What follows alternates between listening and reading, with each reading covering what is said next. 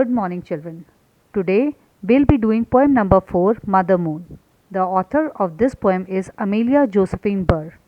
This poem expresses the feeling of a child, just like you all, who is looking at the night sky while lying on his bed. So, let's read this beautiful poem and find out the feelings of this child. Let's begin the poem. The moonlight is shining so white through my window. The moon has been walking all night through the sky. The way that my mother comes walking on tiptoe when I'm thinking how slowly the dark's going by. The sun is the father, the moon is the mother, and the stars are the children awake in the night. She stoops down to kiss them and tucks in the covers, and when she is going, she leaves them her light.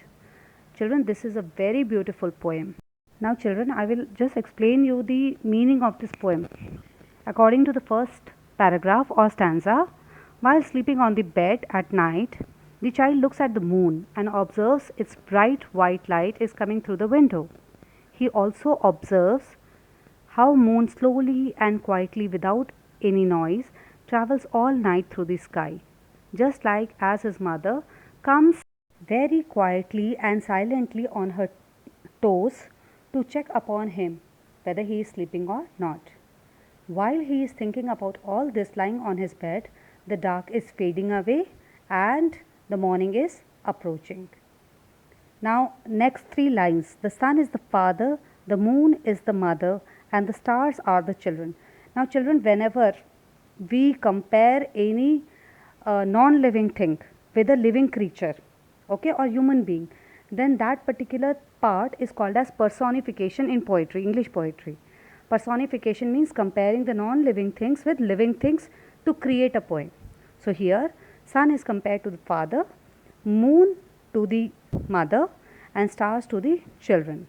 According to the last four lines, as the moon is about to set down, it is just like the mother who stoops down or bends down to kiss the children. Here, we know that moon is compared to the mother and stars are just like the children. And when the moon leaves, it leaves her light behind, which is the assurance of a mother for the child. The last line, she leaves them her light. It means she assures her children that, child, you need not worry, you sleep comfortably without any fear. I'm here for you and I'll not let anything happen to you. So this was the meaning of this poetry. Let's move on to the comprehension part. Question number A. Do you agree with the following statements? Write yes or no. First one, the moon is the mother to the stars. This is correct statement, so we will write yes here. Second, children are not afraid of dark. So we'll write here no, children are afraid of dark. Third, the sun looks after the stars at night. So this is a false statement, we'll write here no. The moon looks after the stars at night. Fourth, mothers come quietly in the night to look after their children. This is correct, so we'll write here yes. When the moon sets, she leaves her light shining on the stars. This is correct statement, we'll write here yes. Question number B. Answer the following questions. Question number 1. Who are the children in the sky? So the stars are the children in the sky. This is the answer. Question number 2. Who comes to look after them? Answer, the moon, who is their mother, comes to look after them. Third, what does she do? So she stoops down to kiss them and tucks them in covers. Question number C. Think and answer the following question. Are you afraid of dark? Write your bedtime routine. So, are you afraid of dark? That is your version whether you are afraid of dark or not. So that you have to write, and you have to write your bedtime routine. Whether before going to bed, your mother loves you, she kisses you on your cheek, she reads you a story. So that you have to mention in this question. Next is talk time. Recite the first two stanzas of the poem Daffodils written by the English poet William Wordsworth with proper tone and expression.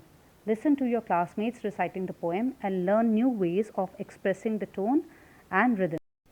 I wandered lonely as a cloud that floats on high over vales and hills. Then all at once I saw a crowd, a host of golden daffodils. Besides the lake beneath the trees, fluttering and dancing in the breeze, continuous as the stars that shine and twinkle on the Milky Way. They stretched in the never-ending line along the margin of a bay. 10,000 saw I at a glance, tossing their heads in sprightly dance. This is a very beautiful poem. You can read this poem along with this video 4-5 times and you'll be able to memorize it. Now children, in this way this chapter is complete. In case of any confusion, you can write the same in the comment box. I'll try to answer it as soon as possible. All the best children.